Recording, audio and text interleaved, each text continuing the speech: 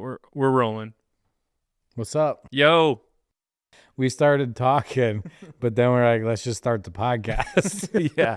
Don't want to waste all the fuel on. And my last thing I said was, I have no clue what I'm going to talk about at all. Well, I was going to start the podcast by saying, today we got a really interesting podcast, and you're going to definitely want to listen because Matt's got some really important stuff he wants to talk about. And we don't even know what that is yet. So we're interested too. Yeah. I mean, I looked up top topics in construction, and the top ones right now are AI and automation.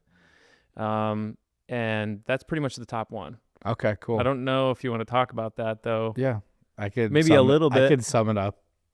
AI is not good. No, I shouldn't say it because then they might find me one day and like take me out with their robots. Mm-hmm. I don't know.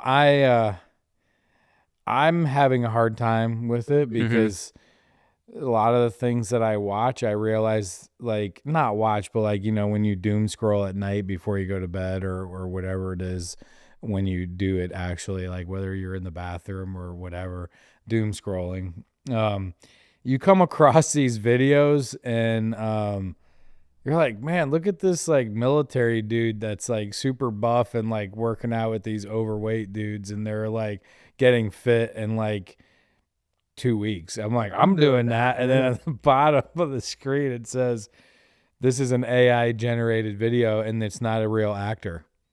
And I was like, wow. Yeah. Imagine all the things that I kind of think might be real. Like I thought I was pretty good at picking out AI, but now I don't know. It's getting hard to discern for sure. Yeah. And I think that's a little disingenuous. Like it's not like a real person. Like how am I supposed to take it serious? Like, what am I looking at, and is it real? Like even Rye showed me a video the other day of somebody building an underground bunker with a pool and stuff with a shipping container. Stuff. Yeah, I've seen those. And it's all AI. It looks super crisp and real, but then you notice little things and you see the comments of contractors being like, that ain't how it works. It's not, and it's tough because we get customers that come in, they're like, I want this. And we're like, that's not possible. I talk to a lot of people that love AI. It like cleans up emails. It helps with contracts. It's a good way to kind of review an email or write one, or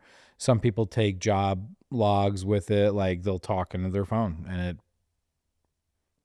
I think it takes an element out of the work that, for me, like when I'm taking notes on a job and then I have to sit down and kind of put it into an email and make it make sense to the customer, because it always kind of makes sense in my mind, but then trying to take that out of my mind and have it make sense to a client or a professional or something like that. It's a process. And I think that process is kind of closes the loop of my thought process and the job and what I'm actually trying to do. And I find things in that process that maybe I forgot or should say or something like that. And so that's the part that I struggle with. It's like, I don't want to write the email. It'd be awesome to have AI do it, but is it really going to force me to go through the process of thinking through what I just did again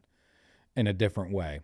You know, because when you're on the boots on the ground on the job and you're looking around, you're distracted by a little bird flying around or finding an arrowhead on the ground or a customer freaking out or not freaking out or whatever.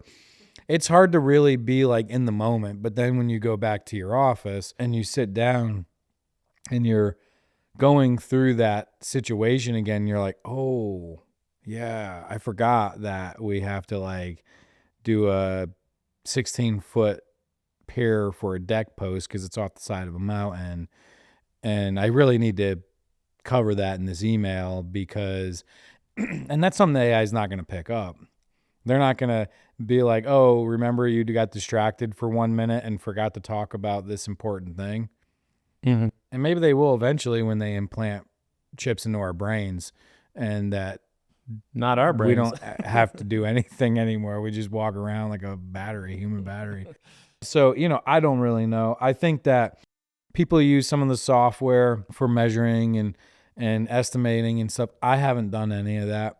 I know in our office, some people use it a little bit for different things like note taking and emailing and things like that. And it works really well for them. And my stance on it is I'm not going to criticize it if somebody's using it in my office on that level, if it's not affecting like their productivity and their work, and so it hasn't really been a problem other than it scares the daylights out of me that I don't know what's real and what's not anymore on a screen. And that happened fast. Right. I mean, it Yeah. kind of went from 0 to 1,000 fast. So I'm like, okay, well, so I know what 0 to 1,000 looks like. What does 1,000 to 10,000 look like? Are we like actually looking at robots or computers doing things we don't know what they're doing because AI is all infiltrated into it? I mean, I don't know.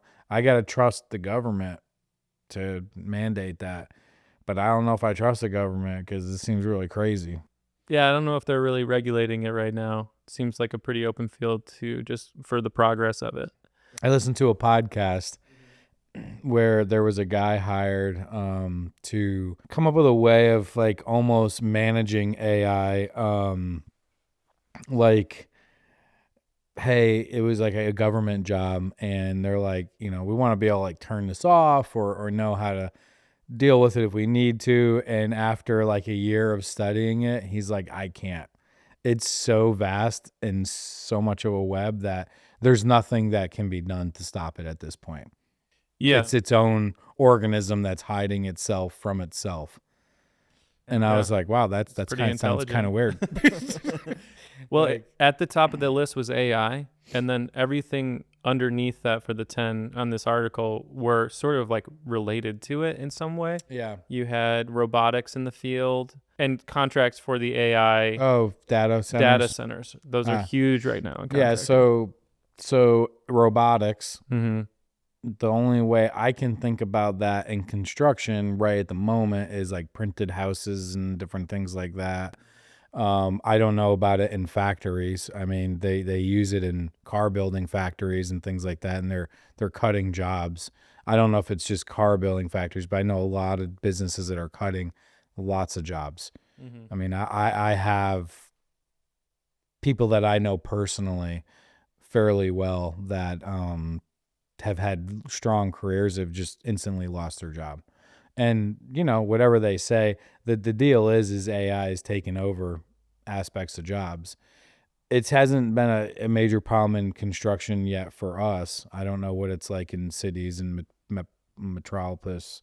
Metropolis? Metropolitans. Metropolis is like Metropolis. I think that's a Superman thing. Yeah, it's also a dinosaur, baby.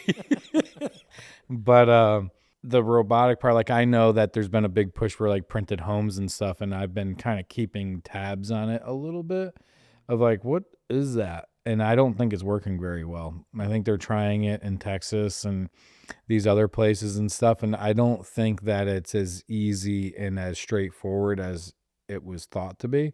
And I'm sure AI has something to do with that. It's all computer generated homes with printing things, a big printer like you would see, like if your kid had a 3D printer or you did, from my brief dive into it, it wasn't like going as well as they thought and as quick and as easy and as foolproof.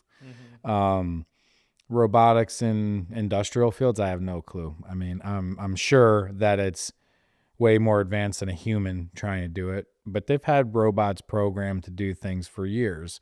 They're probably taking the human element out of managing it or keeping up with it or programming it or minorly adjusting it as it goes, so I think that it's a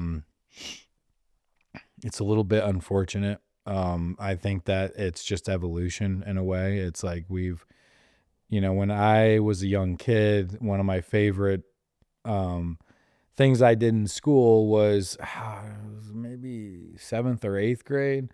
I had to ask the oldest person that I knew what the best invention was in their lifetime. And so my great nana was 96 maybe when I asked her. Wow. Yeah, or somewhere in that age range. It was in the 90s, and she was born on 1900.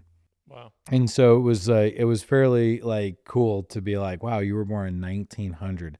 And in that time frame, almost everything was invented when I talked to her. I mean, computers had kind of come out. Internet, I think, was like what we might think AI is back then. Like, we're like, what is this little thing? You can like tell it something and then it beeps and does all this weird dialing up stuff and then it tells you an answer.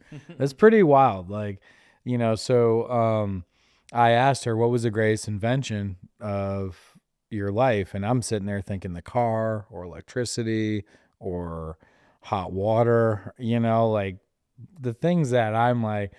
She was like the toaster oven. I was like, wait, what? I was like, let's talk about it, because I had to do a whole report on it. It was fascinating to me that she thought the most important invention of her lifetime was being able to cook on top of her counter and not use her oven.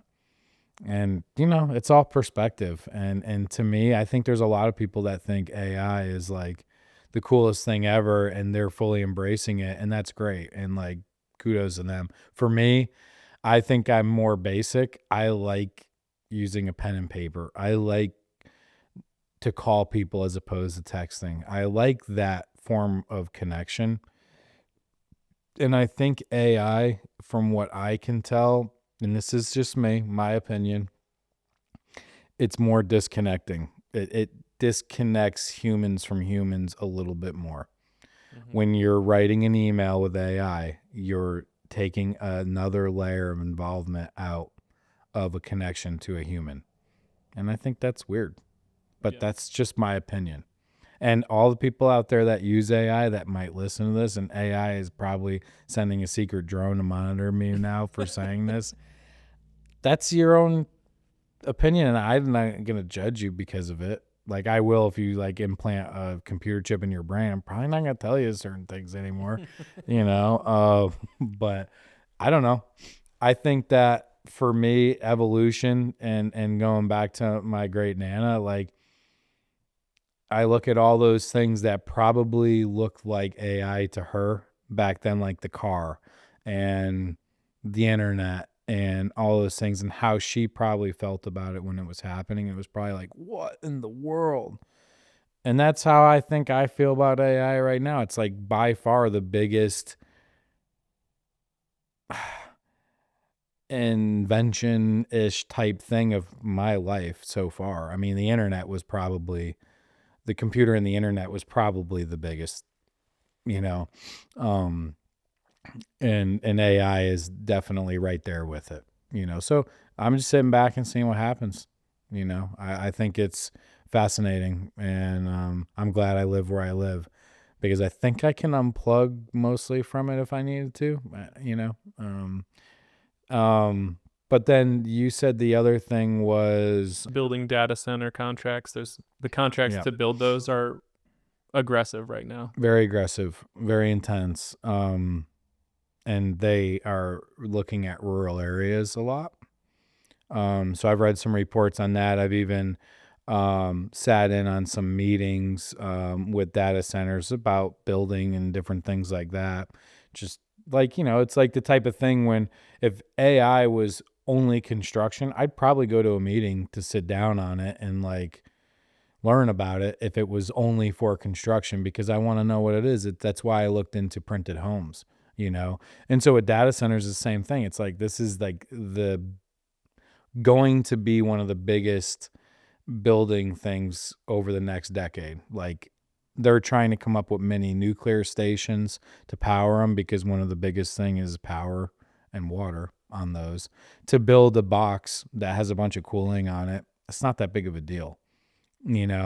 To power it and to have enough water for cooling it is a big deal. And so all the things they're looking at around them are like, where is the grid not used as much, or there's an abundance of power? And that's rural areas as opposed to metropolitan areas. Makes sense. And also, it's cheaper tax and different things like that. But it's a situation. I mean, one of the things about Floyd is, and I don't know of any data centers like coming to Floyd, but it's like we don't have a water system that could support something like that. And I don't know about the grid system, whether it can or can't. But I know that certain people have talked about mini nuclear plants to build them to power these things because it requires so much power. And that's kind of weird, if you have this rural area where you're like, it's nature and it's good, and then you have a nuclear plant there. I mean, nuclear plants are supposedly completely non-toxic until they explode. Right. Because it's just water cooling the energy system. Right? Yeah, it's water coming out of the ground, cooling and then it's a lot of power to keep everything going. It's a massive cooling situation. Mm-hmm. I mean, I think it's like 100,000 gallons of water a day at minimum. And that's a lot. That's probably more than the entire town of Floyd. I don't even know. Maybe I'm way off. I don't know. But I know that it's a big deal, and I know that some farmers out there are making tons of money on selling their farms to build these data centers, and some aren't. Some are like, I mean, there's the story. Some of the stories I read are the ones where the farmer said no. Yeah. And I'm like, cool, man, because they offered him ridiculous money for a 100-acre farm outside of Pennsylvania or whatever, and he's like, not doing it. And I think it's kind of cool. I think the unfortunate part is these big corporations have enough money and resource that they'll just go to the next farm or the next, and then they'll find a way to do it because there's no stopping that train. And we just have to sit on for the ride and see what happens. And again, it's one of the reasons I like living in a rural area, because it can kind of not be effective, but I don't want to be. I hope nobody comes here to do something. So you wouldn't go for that government contract if it came up and you had to bid for I'd go to build it in Roanoke. Or like something like that. I mean, I don't know. I like big jobs. I think like they excite me, that's kind of a weird one. I mean, I have a feeling that all those data centers that are getting built probably have a specific team that's already they move around building them. I would imagine that I wouldn't have an opportunity to build something like that, just because the teams that are in charge of building these data centers are like, it is the next cutting edge thing over like, stocks, urban developments, things like that have always been like the data centers are like big money. Yeah. They've got corporations managing, they have like real estate teams finding land. They have lawyer teams hammering out contracts, finance managers making offers on ridiculous amounts of money to buy these things. And then I'm assuming they have an entire construction department that they're like, it's like automatic. Architect teams, engineers, builders, managers. I would say that the chances of me even having an opportunity to build something like that would be very slim. Mm-hmm. I think that they probably already have teams in place. Especially because all the smack you're talking about AI is on the internet now. I love AI. I was put on the record. It's the best. Let me build a data center. It's just the next thing, man. I don't know what's after that. I can't, when the internet was like the biggest thing ever and cell phones came out and then you can actually like use your cell phone like a computer. It's like, whoa, man, there's nothing that could eclipse this. I guess movies, you see flying cars and stuff, so you think about that, but I never thought I would live to see AI. I mean, I think I thought of AI with Terminator and the movie and stuff, but I thought that was like, that's alien technology. Yeah. So anyway, we'll see. This topic plays into the next thing on that list that I looked at, which was there are over 500,000 jobs in the trades that are empty in the U.S. alone. Oh, and people looking for jobs. Just like people that need to hire.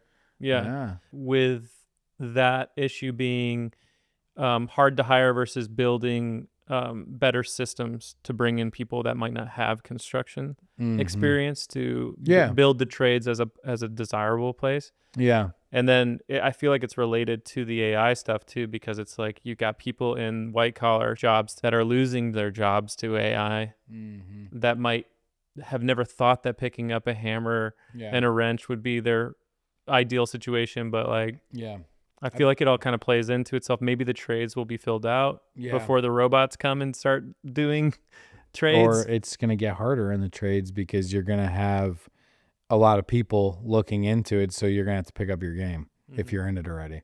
You know, so I had a little bit of experience with this. So when I was started in trade school in 2001 to 2008, mostly around 2008. But what was going on is I was going to trade school at a technical school, and I was doing my apprenticeship, all those things. I saw a lot of older people in my class, and I think initially I'm like, why are these people in here? Because like it seems like they should be thinking more about their retirement as opposed to a new career. And that was just me looking in from the outside. And I was also quite a bit younger then. So I asked this guy, and I said, hey, what are you doing? Or what kind of trade are you getting into? He's like, I want to be an electrician, which is what I was doing at that time. And he said, you know, the truth of the matter is I've been in postal work, but it wasn't like a post officer, like delivering stuff or working at the mail office. It was like more of a corporate position of like programming these little scales that you have at your own business. Like, you know, so he worked, I don't know, was DC or some big corporate office. And he's like, the problem is I've been there for 25 years, 30 years, and I incrementally got my raises and kept up with the technology, kept going to training to keep up with it. But now there's all these kids graduating college at 22 years old that are willing to take a $40,000 a year salary, which is way under mine and are way more advanced in the new technology than I am. So we're all getting pushed out of our jobs. And it was interesting because I was like, wow, that's crazy. So you've worked at this job and done, you know, you're hitting $100,000 and now you're getting replaced by people that are way more trained than you. Maybe not in that specific office of where the bathroom is and how your day to day goes and stuff, but on the technology that's coming. And he's like, yep. So he's getting into the trades to get his license because he feels like he has protection there, that you've got to go through this process. And I think it's the same thing with AI now, where computers are replacing people in finance and insurance and a lot of these things that you'd be like, really? But it's just crushing the markets. And so I'm interested to see, I'm going to take continuing education classes next week. I have a lot of licenses and different things like that and credibilities that allow me to work in areas and do things. And it's taken a long time to do that. But I'm taking the next level of classes, which makes my commercial license valid in the whole country. And that's in Nashville. It's going to take a bit. It's 40 book open test. What? Yeah. I have to use your AI glasses to take it. No, you're not allowed to use AI. But yeah, it's an intense one. I had to bring 3 suitcases for books. Yeah, I'm going to look like one of those really insane travelers, you know, because I'm flying. So I don't want to drive 8 hours alone. And at least I can study and review on the flight and stuff like that. But I'm interested to see what the class is like and if they are people around my age, because that's what I would expect. You know, because you need 10, 15 years of experience in some of this stuff to get these licenses, and you need to be able to prove it. And so I'm interested to see what type of people are in there. Are they like 60-year-old people that are needing to finish out the next 10, 20 years of their work career? Or I don't know, you know, or are they like in their mid 40s, you know, and we'll see. It's one of the only testing centers on the East Coast for this. So it should be a decent amount of people there. So I always get fascinated to see what type of people are there and what their stories are and what they're doing. It's super boring. Oh my God. It'll be really rough. Yeah. But so yeah, we'll see. And so how do we get to that? You asked me. What about the people in the Yes. in the white collar industries that are losing their jobs? If they don't see themselves picking up a hammer and a wrench, are there opportunities in the trades for them? Yeah. I think so. At least in our company model, there is. I mean, yeah, for project management type positions, like we talked about in other podcasts, like they, don't necessarily need a ton of background in construction. They need a ton of background in working with people and following through and emailing and organization and different types of software and stuff like that and keeping a schedule. So I think it could translate. I think it's tricky because I think that generally speaking across the nation, the trades are kind of blue collar and a little rougher and whatever. But I think there are companies like there's NS Builders and up in Boston area. I mean, Nick, he's a cool guy. I mean, he runs his company with, it seems like, project management and intelligence and different things like that. And he's very successful, and it's been fun to watch him over the years. So I think companies like that have that background of support and project management and organizing data specific to jobs and things like that. I think there are jobs. I think it might be a different type of pay. It could be. I don't know. I think that you'll have white collar people getting out considering starting a construction job, like a business, like, whether it's consulting, whether it's their own construction company. Some of the licensing things have changed over the years. Like I've worked with a woman at a class, and she was probably in her late 50s. She was in engineering, and her job got replaced by some AI type stuff. Like her company was able to decrease in size because of, and she didn't lose her job. She just chose to leave before she didn't like what was going on. Now, in the trades, some licenses have been more, I think it's just like Class A, license. She was able to use some of her engineering background to some of her credibility. You're supposed to have a certain amount of time. People find loopholes in that, which kind of sucks for all the people that don't, the people like me or people that do their 10 years of experience, they find loopholes in it. I think it's better to be the honest approach so that you actually are doing the experience, because I think there's something valid, in that, so that you're not going out there telling people, yeah, I've been billing for 10 years, but you haven't. And I think we should talk about that a little bit. The Class A contractor controversy. So what are the warning signs for potential people that want to build that think, oh, this is a Class A contractor? Yeah. How do you help navigate that as someone who's taken the proper channels? I don't know. That's a loaded question. I'll probably get some slack, but sorry. No, it's good. We're going to talk about it because that's what you do on podcasts. You get real. I think so to sum up the white collar thing, I think there is a career path for people, not all of them, but some of them, to come into construction. I think there's a lot. I think construction, like we're working on somebody doing takeoffs and reading plans. That's something you can teach somebody. We hired 3 people last week. We brought 3 new people in. Wow. A project manager, a superintendent, and somebody that's going to read plans and do estimates and takeoffs.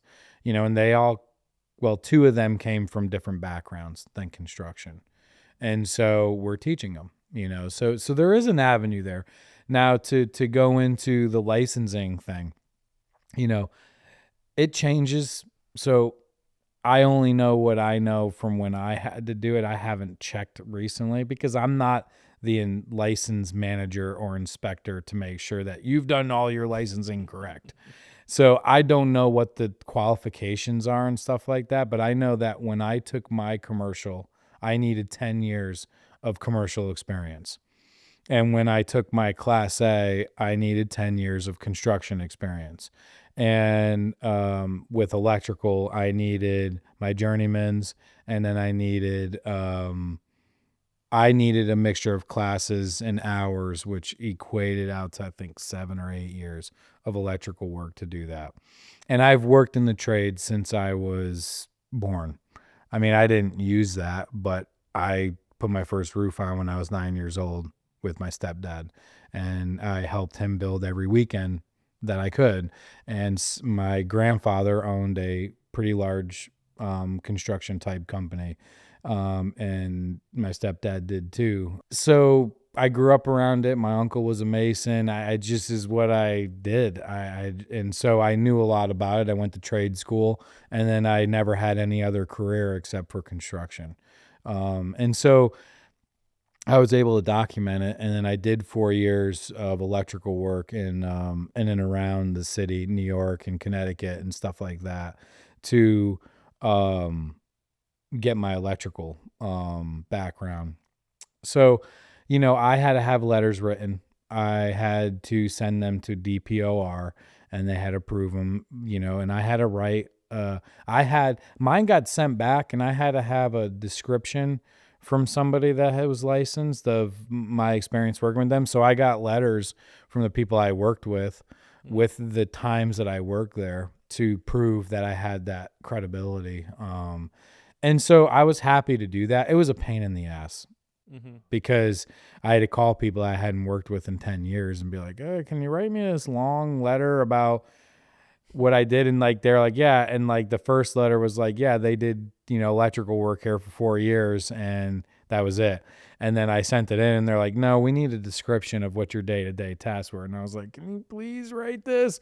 And they'd be like, yeah, I'll get to it. And it's like me, I get moving, and then it's hard for me to sit down and do it. So it was hard for me to get people to write these letters. And then they did it, and it was super awesome, and sent in, and I was able to do it and sit for my exams. So I don't know what it's like now. I think that it's all over the place. I think people are scrambling, trying to get their license, and they do whatever. And if they get their license, they have been vetted out to a degree. But I would say if you're a client that wants to work with a builder, I would say show me the last 5 jobs or the 5 jobs you're working on, because I think that's really fair.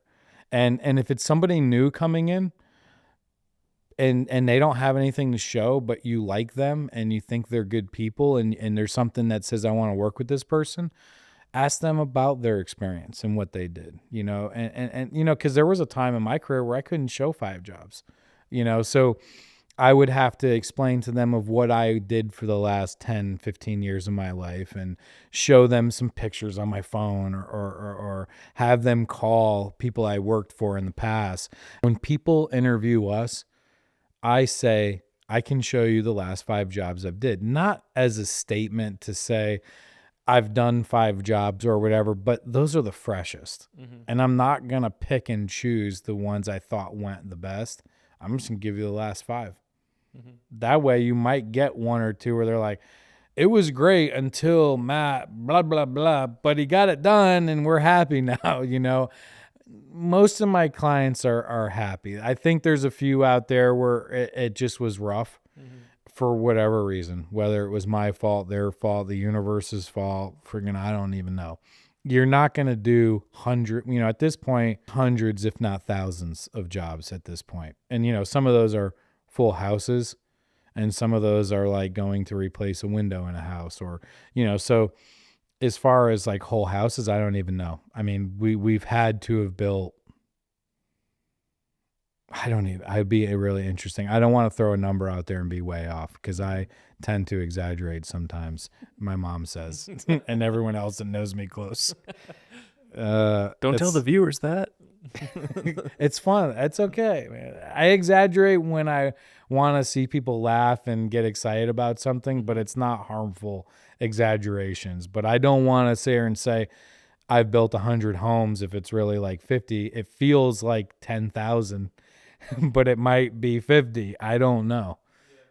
And so I think what you're saying to, like, as you spoke to the potential clients looking at the contractor's work, but to the contractors or the guys in the trades that are trying to get that license or trying to prove their worthiness of getting these jobs so they have 5 to show, they need to build those relationships over time and build that trustworthiness so that they're not exaggerating and kind of like you don't want to burn faking bridges. it too much. It's like, for me, I have certain clients that I've worked with that I'm like, I don't ever want to work with them again. But then they call and they want something done, or something's happened that on like a piece of siding fell off we did, and it's maybe our fault, maybe it's the wind's fault. I have no clue. And we go back and fix it. And you don't want to leave a door open, because rumor mills suck. And I try to stay really out of them. And it's tough for me because I deal with so many different people. And that's why, like, I choose to not work with some people, because it's not gone well, and it's not worth me exposing myself to having to come up with excuses or anything like that. So I think it's really important, if I'm not going to work with a client, I want to call and have a follow-up conversation. And that follow-up conversation might go like, I'm sorry it wasn't the right thing for either one of us, or you or me or whatever. But, I don't even know. It's so specific to what the reason is that I think it's very important, because you don't want to leave a stone overturned and never put it back in the right position or close to as you can, because you don't know how that's going to affect you. And that's with like people I've worked with in the past. When I left a job in Connecticut, it was Traco Construction. It was like a big construction company. And I kind of managed my own little zone of that, like of my own. I had a job list, and I would go all over Southern Connecticut and Northern New York, like city, and manage myself. And I quit and to move into a new position. And he was devastated. He was very upset. I was rough. I did not expect it to go that way. And I put a notice in. He goes, I don't want your notice. You're done. And I was like, oh. I was like, well, I'll bring the truck home and then get a ride. You're not, leave the truck in the parking lot and get a ride. Wow. And I was like, oh, man, I thought I was tight with this person. And he is like, you were going to take this construction company over one day. And it's big. I mean, it's probably $100 million a year, easy construction company. And that, when I heard that, I was like, oh, maybe I shouldn't quit. And I was like, can I get that in writing? And he's like, no. It was tough, but I was honest. I was genuine. I didn't leave him in a bad situation. I didn't say anything bad about him. I was hurt by that conversation, and I could have easily left that and been like, this person's a bad person. He was mean to me, or however I blew it up in my head, because after a month goes by, the story completely changed in your mind. You're like, yeah, he even tried to smack my face. That's not really what happened. That's just you being emotional, And so I kind of was like, all right, Paul, thank you. Like, I'm sorry that this is hard. And I process it. And now me and Paul are friends now. Nice. I needed something from him, write it. Yeah, he wrote me a beautiful letter. Wounds heal, but if you don't allow that door to be opened or finish kind of the rock turning over and cleaning up the zone, then you allow for a lot of speculation and who knows what. Mm-hmm. And I think it gets dangerous, and I was glad to be able to call Paul and say that, and same thing with my boss, Tommy, up north. Tommy's a tough guy, man. He's intense. He's like, he's a legend in my mind. Mm-hmm. He's who taught me my electrical work. He's almost like God level for me, because he was and still is the best electrician I've ever known. It's like second nature to him. And I worked side by side with him for years in his big company, doing very extreme work. And he was very intense. He'd have no problem putting you down or telling you off or doing whatever. But then also you knew he had your back. It's an art form to be able to do that, because it made me focus on my job in a way that was different. When he would give me a hard time about something I did, I could have let that really eat me alive and like ruin my job career there. But I knew that I had a lot to learn from this person and that there was something valuable. So I ate my words and shit and bucked up and said, look, I'm sorry. Like, I'll pay attention better or do something different or work harder. And he'd be like, well, that's all I really want. And I'm like, okay. And like, try not to like go home and talk to my family about it to keep building the story and getting more of an upset and resentment about it. And I learned so much from that man. And it was tough leaving him too, because I was a pretty good worker. Yeah. Like, I swear if I was to call Tommy and ask him for something, he would do in a second. He wrote me a beautiful letter for what I needed for my license. And I would do the same for him. I think that relationship is amazing, and we weren't soft. Mm-hmm. And there is a little bit of that nowadays where like you confront somebody you're working with, whether it's your employee or a sub, and you're like, that looks like crap. And they're like, oh man, you can't talk to me like that and blah, blah, blah, and this and that. And it's like, well, I mean, yeah, I kind of can. And because I can say whatever I want and like get over it mm-hmm. and like, let's learn from it. Yeah. Like I can come up and say, that looks like poo poo. And like, we're going to go sit down and like have tea and talk about it and maybe crumpets and stuff like that. But no, that's not what this is, man. Like we need to do a good job on a project, and I think that rawness of just being like, that looks terrible. Like we need to fix it. And somebody being able to take that and be like, okay, well, why was I talking on the phone? Was I texting? Was I listening to music? Was I not paying attention when I was taught this originally? If you're so focused on how or what I said to you, you can't actually fix the issue that happened. Mm-hmm. And I don't put people down and say, you're a slob and you're a disgusting piece of crap and you should like blah, blah, blah. I'm more like, no, that looks like absolute crap and it's not okay. And the hope is that they can get over the fact that I said that and actually figure out what it is they did wrong. And I think like there's a missing piece. Like my stepdad, who taught me the lion's share of what I know about hard work, quality, he's an intense man. He raised me. He's taught me a lot. You did not talk back to him or anything like that. Mm-hmm. And he had a way, and I would say it's kindness and firmness. It didn't feel kind in the moment, but he could have been a lot more intense. He could have like, and that's kind of how my real dad was and why I wasn't able to hear anything he said, because he would just fly off the handle and put me down and all that stuff, where my stepdad would say, no, that's not going to fly. You need to do it like this, and you need to stay up until it's done. And we'd work till 2:00 in the morning. And I would be exhausted and upset that I didn't get to go hang out with my friends, but I learned the right way to do it. And he backed up what he was saying with knowledge.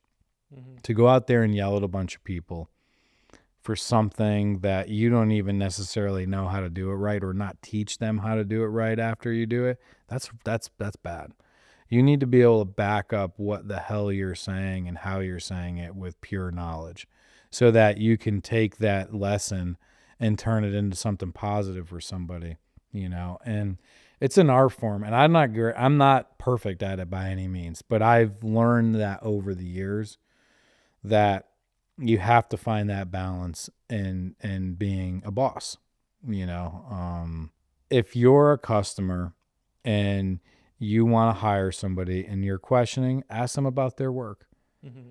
Show them a body of work. And if it's somebody that's new, but you're like, I got a good feeling about this, ask them to prove some of the stuff they've done in the past. Like, hey, I built these homes with Omnibuild, or I built these homes with Johnny Reinhardt, or I built these, homes with Estenstein Construction, and this is the body of work. And now I've earned my stripes and I've got my own career, and I want to do this for you.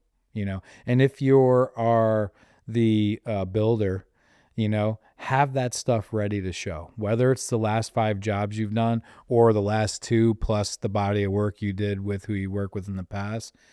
And be prepared to do that. Don't fumble on it. Don't like get to me and be like, I don't know. I can't really show you. I think, you don't want to do that. You want to be like, yeah, I've got something prepared here. I've got a few numbers. Let me make sure it's okay that you call them, of the jobs I've done. This is the work. This is who I worked with in the past and what I did with them. And if you want to talk to them as well. And that's why you don't burn a bridge with your old boss, so that it's okay to call like Tommy, like, hey, have you ever wired a, 4,000 amp 480 3-phase service for eddy currents on a recycling plant? Actually, yeah, I have. And here's Tommy's number. We wired it together, and he could say, yeah, Matt kind of knows what he's doing. I told him what to do, but he could pull it off. Tommy would say something like that. It's like, so I think keeping all those doorways open and being able to proof your work and stuff like that is a very important thing. Yeah. And if you're nervous about hiring somebody, do your due diligence. It's like one of the reasons we have social media, thanks to Hearts Media. Booyah. Shout out. Our proof of work is posted and you can see it. And if that's not good enough, we'll take your job. Yesterday, I've got a client from Italy. She's so sweet. And she reminds me of my family. And she's actually from close to where my family's from in Italy. So I think there's this weird genealogy thing of like, ooh, we kind of came from the same dirt, at some point. We had a meeting yesterday with her daughter, and her daughter was on Zoom. She's in architecture in Chicago, which is super cool. I love the opportunity to get to meet and talk to people like that because they're doing different things. Different zones are doing different things, and it's fascinating. And we're looking at a pretty cool house. Like, I've worked with people from other countries before, architects, clients, and it's interesting to see what they like, and it's always a little different than the normal construction, normal-ish construction that we do. So she had some things that pushed a little bit. So we took her to a house for to look at, and we've actually just finished up a second house for them, a guest home, and it's a little more modern. It's got some Norwegian vibes. Their architect was from Switzerland, and he works out of London. And it was a really cool experience to do that. And so we took her there because we thought it'd be a good display of work on some of the things that she might like. And it was great because she saw a job we completed. She met the clients that, said, wow, they were great to work with. They were under budget. They were on time. They crushed it. Luke just finished managing that job. He did a wonderful job on that. It was a kind of a cool experience to see this client be like, that was great. That actually was what I needed. I got to see some of the finishes you were talking about in real life, because pictures are great, but they never do complete justice to like what a finished concrete floor looks like. I've never been able to capture that in a picture that is fully, and that's what she said. She goes, this looks so much better in person. And I was like, yeah, I got to work on that then. Yeah, dude, what the heck, bro? Hearts Media. The wrong exposure. You need AI, dude. Gotta check that white balance. How do real people want to see this? And AI's like, beep, boop, bop, beep, boop, bop. And they're like, yeah.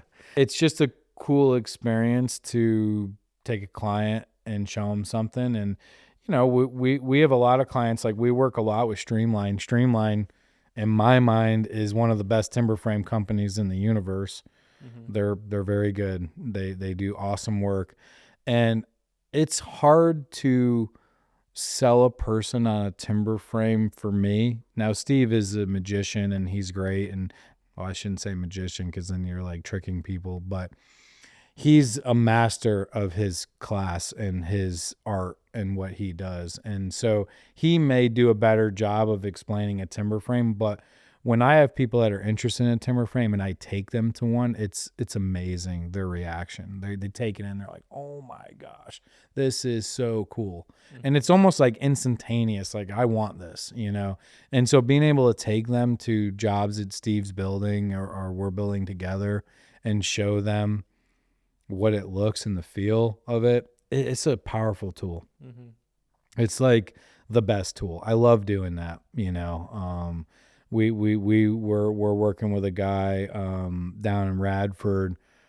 He doesn't live there yet, but he's got land and he's super attached to that land and he needs a bridge, and I was able to take him to 12 bridges we built, and we can look at them and feel them out. And he's like, yeah, this one's great, and then, we envisioned standing on that bridge and where he would stand on that bridge and look down his creek and what that would feel like. It's a powerful tool. It's a lot of work. When you're taking 4 hours out of your day to drive somebody around, it feels like a lot initially, but by the time I'm done, I'm like, that was awesome. That was a lot of fun. That was cool to look at our own work, because I get nervous to bring people to a house that we built 6 or 7 years ago, or 8 or 10, and what's it going to look like? And it looks good for the most part. I mean, there might be like a siding thing or paint needs to happen or whatever, but that's okay to show those things because it's normal. I don't sell a person a stained house with the idea that they're never going to have to stain it again. I'm like, you're going to have to stain this every 2 to 4 years,